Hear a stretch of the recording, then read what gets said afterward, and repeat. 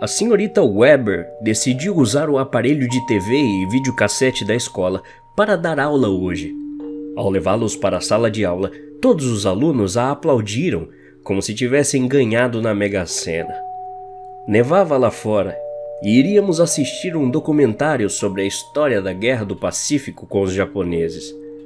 Embora as imagens do Pacífico e suas ilhas fossem em preto e branco na TV, eu era o único da sala que podia ver suas cores reais, aquele azul profundo, a areia branca entre a água rasa e o sol quente que trazia calmaria em quem o observava.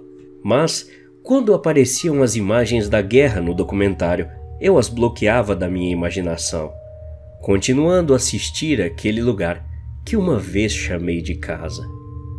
Sim, quando pequeno fui morador daquela ilha, e ver um documentário sobre algo que aconteceu ali mesmo me animava muito. Vendo o documentário e lembrando de minha infância, dava saudade de como eram diferentes as coisas e a inocência que tínhamos quando menores. Eram boas lembranças.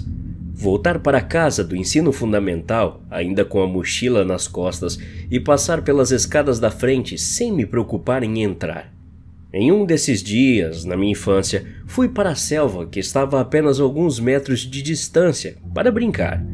Embora não estivéssemos perto das paisagens praianas, o caminho na selva era uma viagem cheia de aventuras no meio de ravinas, pântanos, pedaços de vidro e destroços da guerra que tinham um novo propósito, como por exemplo vasos de ferros gigantes para as plantas.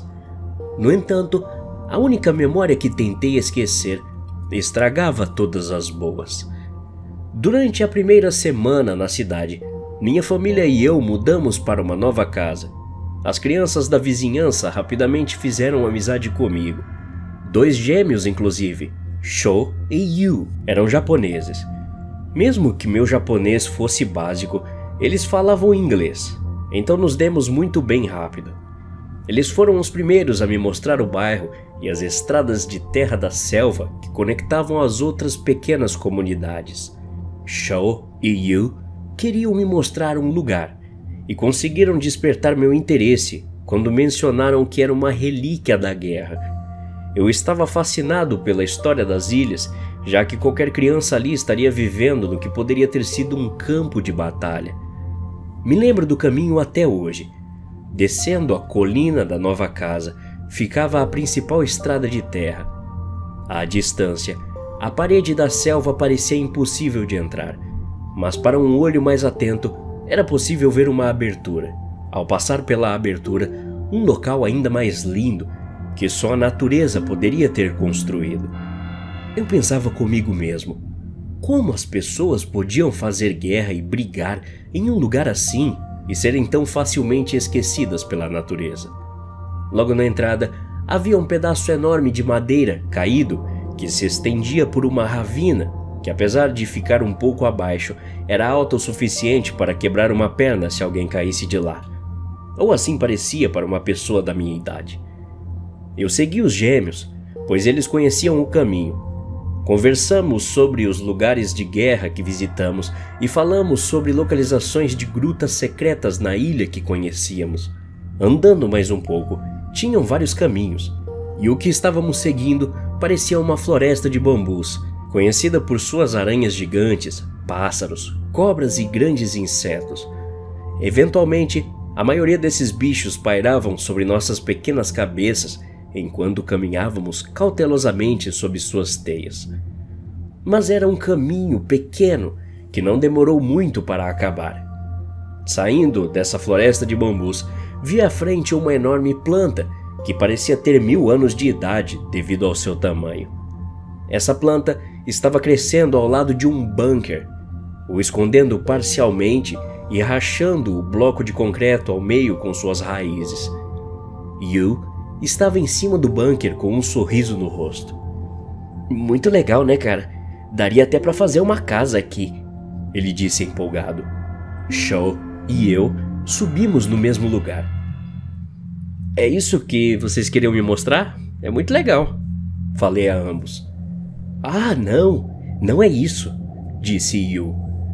O que queremos mostrar é logo ali", disse Sho. Olhei para onde eles apontavam, mas a folhagem me impediu de ver muito à frente.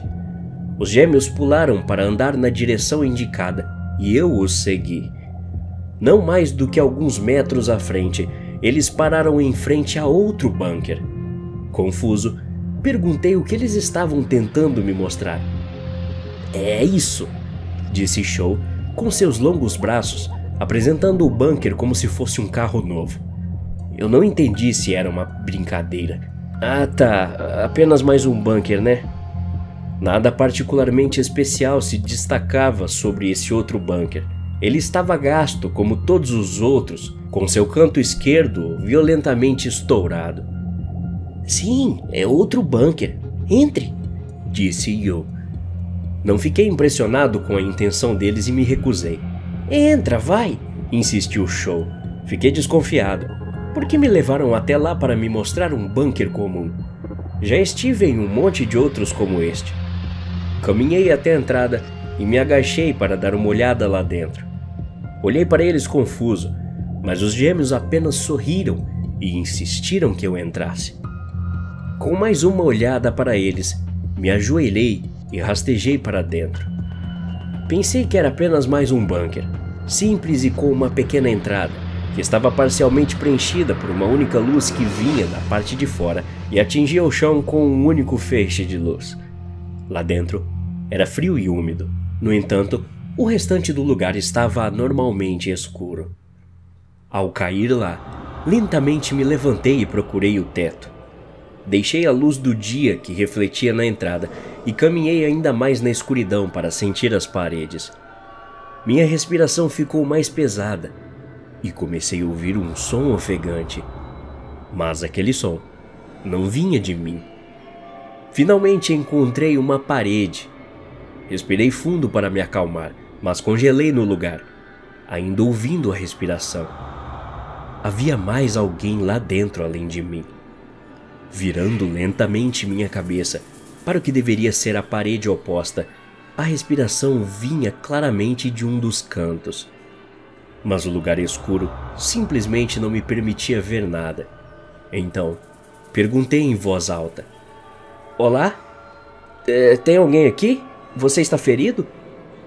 A mudança na respiração indicou que quem quer que estivesse lá no escuro comigo tinha me ouvido. Watashi o koroshite, foi o que uma voz respondeu. Minhas mãos começaram a tremer, enquanto os pelos dos meus braços se arrepiavam. A voz estava extremamente rouca e exausta. Watashi o koroshite, foi dito de novo, mas mais alto. O instinto assumiu o controle do meu corpo, fazendo com que eu corresse para fora do bunker mais rápido do que consigo me lembrar. Shaw e Yu estavam lá fora para me puxar enquanto riam. Uma vez fora, os empurrei, xingando os dois por brincarem comigo daquele jeito. Eles se desculparam, mas não conseguiram deixar de aproveitar e rir do momento. Assim que terminaram, vieram até mim para mais uma vez se desculpar com sinceridade e limpar a sujeira das minhas roupas. Olhei para meus braços e vi que eles estavam cobertos por alguma substância negra. O que é isso? Perguntei. Não sei, mas é igual carvão, sai com água. Você deveria ter visto sua cara quando saiu de lá, respondeu Shaw ainda rindo. Tudo bem, já chega, Shaw, disse Yu, depois de recuperar o fôlego. Perguntei a ele sobre Koroshite e o que significava. Os rostos dos gêmeos transformaram de sorrisos em choque e confusão. Eu continuei dizendo: Eu ouvi alguém me dizendo Watashi o Koroshite. Eu sei que Watashi significa eu, mas o que Koroshite significa? Perguntei. Eles olharam para o bunker e se entreolharam antes de se virar para mim e dizer: Koroshite significa matar, que nessa frase significaria me mate. Eles responderam assustados. Cara, você era o único aí dentro, disse Yu. Olhei para ele sem saber o que dizer ou explicar mais a fundo o que tinha ouvido. Só sei que não era o único ali dentro. Yu percebeu que a luz do sol não atingia mais o chão e que a selva estava começando a escurecer, então disse: "Devemos voltar. Essa parte da selva fica um pouco estranha à noite." Durante os anos que morei naquele bairro, nunca voltei para aquele bunker e enterrei essa memória em minha mente. Embora ainda me pergunte o que era aquela coisa preta que ficou em meus braços e de onde tinha vindo aquela voz.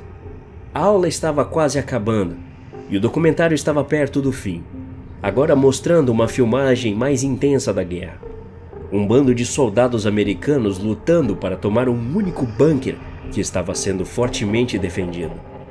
O bunker na filmagem, entretanto, era estranhamente semelhante ao que eu entrei. O sinal da aula tocou. A senhorita Weber acendeu as luzes. Todos pegaram suas mochilas, mas continuei observando o documentário, percebendo que, na verdade, aquele era o mesmo bunker da ilha. Não consegui desviar o olhar e vi um soldado correndo até a entrada do bunker, mas junto com ele, uma granada sendo jogada e uma explosão na sequência. Até a próxima. Obrigado.